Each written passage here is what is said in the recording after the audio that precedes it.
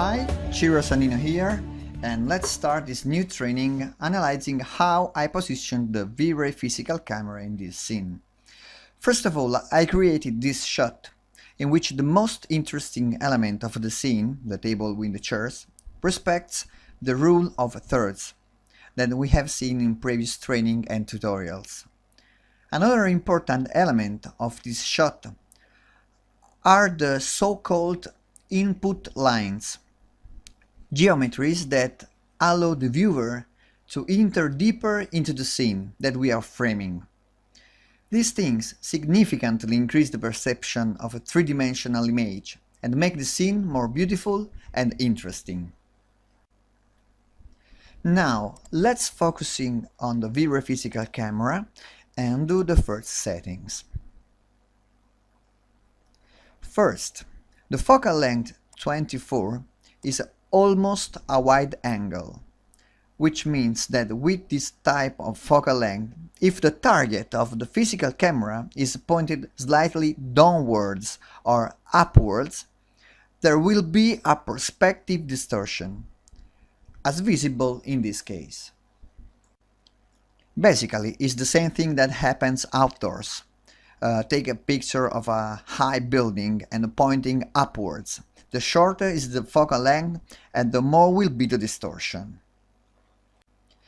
We can easily fix it with our software, clicking the button Guess Vert, which stands for Guess Vertical Shift. This option balances with another distortion equal and opposite, restoring these lines perfectly vertical, which is very important in architectural photography. Going forward, we can see that the default value of the white balance is set to D65, a value which is fine as long as we are in the external scene with a strong blue light. So we need to balance this strong light, because this is blue. In this case, we don't have strong colored lights, so we can set it on neutral. Now, shutter speed, the exposure by default is 200. We set it to 50, which is a consistent exposure time when we are in the interior that has an average light. Outdoors, with the sun, we can consider good amount of light, and 200 is a good time of exposure time.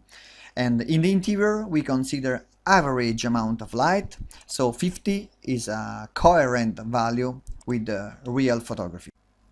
Now it's time to set the global illumination and everything we need to start working.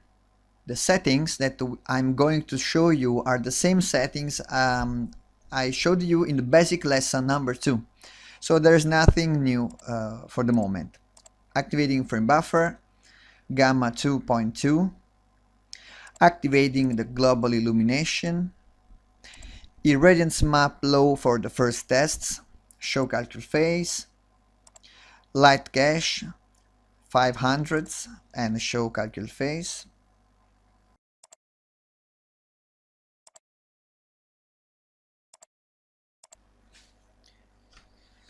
Well, from the top view, you can see that there is the sun and the sky associated. In situations like this, we have an interior with a direct light, but especially we have a lot of indirect light. The best way to simulate this type of scene and get more light and consistent shadows is using one Vray light placed at the window's openings. So create a Vray light as big as the aperture. We don't need to be too much specific, and place it 30-40 centimeters outside the windows. Well, in this situation, you can create a Vray light for each opening, or a large one to cover all the openings. Personally, in this case, I prefer to create one viewer light for each opening, but it's exactly the same.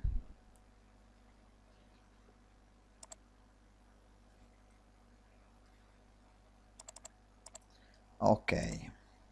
Since we are framing only this area, I place the viewer light in this way.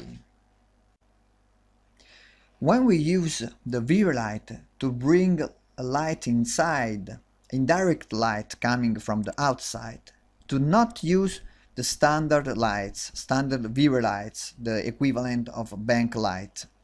Use it as portal mode.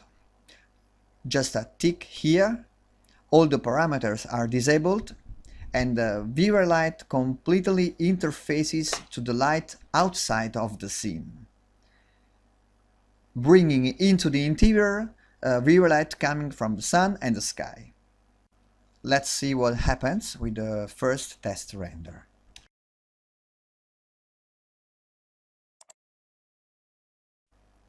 At this point, using the curves, you can get a better distribution of light, and the result already looks interesting.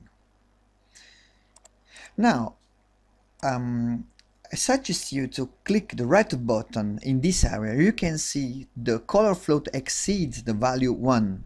That means there is an overexposure in this area.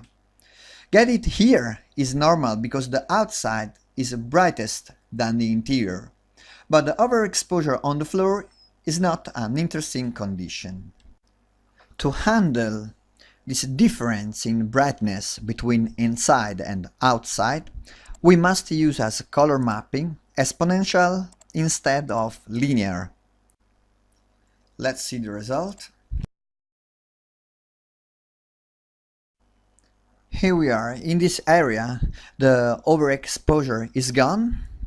There is a small gradient, and certainly the situation is better than the last. Let's see what happens if I place the curtains on these openings. Actually, this is an expedient also used in the real photography to avoid that the outside of the scene can be completely burnt.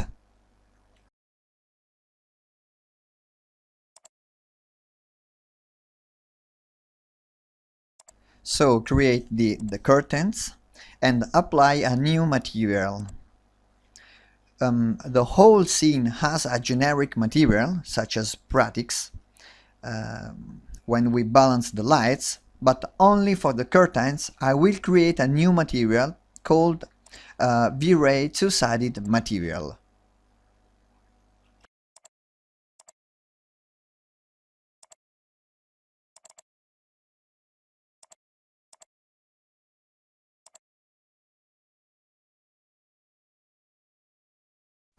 This material is very simple to use. Just put in the slot front one material of our interest, can be a texture or even color. In this color I leave the default gray, and with the box translucency I adjust the translucency of the surface. It's really easy. So associate the material to the curtains and click render.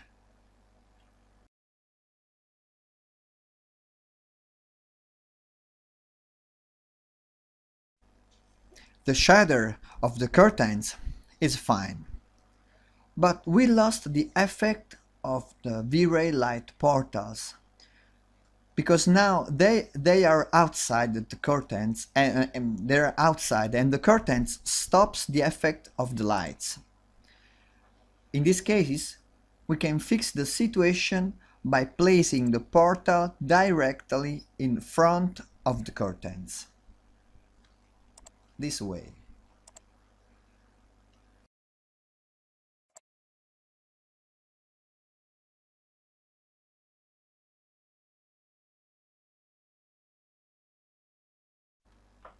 We need to keep attention to the portals when we bring the portals inside, because these viewer lights in portal mode are not real lights but are the portal. So this viewer light take the lights of the exterior and bring it in the interior. But in this case, we can do this because these lights, this Vray lights portal, have the curtains stopping the lights. So when we use these portals inside, don't forget to use the flag on simple, because this option allows the portals to bypass the objects and capture directly the lights from the exterior. So simply, or we have the portal outside and everything is normal, or we put the Vray portals inside in front of the curtains, for example, with simple option.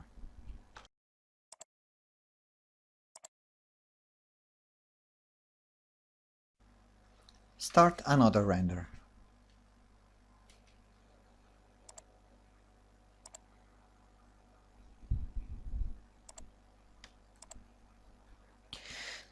As you can see, the light distribution is extremely photorealistic, thanks to the light portal. This gives an high impact lighting, and it's very easy to be done because there is no hierarchy to be done between the lights, but it's very simple spreading light using portal modes.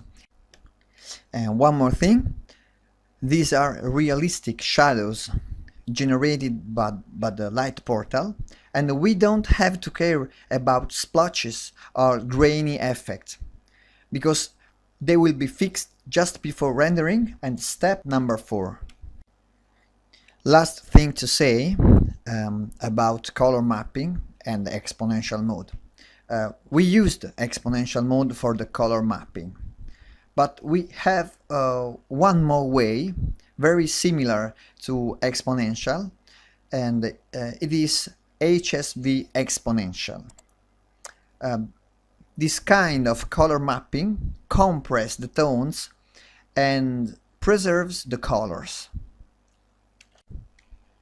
I don't really like the final effect of HSV exponential because it saturates colors, especially in case of textures like wood. I'm going to show you it. If you take a look of this area, it's completely white because it's the overexposure area. But if I render it with HSV exponential, I can preserve a little gradient of the exterior. Anyway, in this training, I'll keep on using color mapping exponential.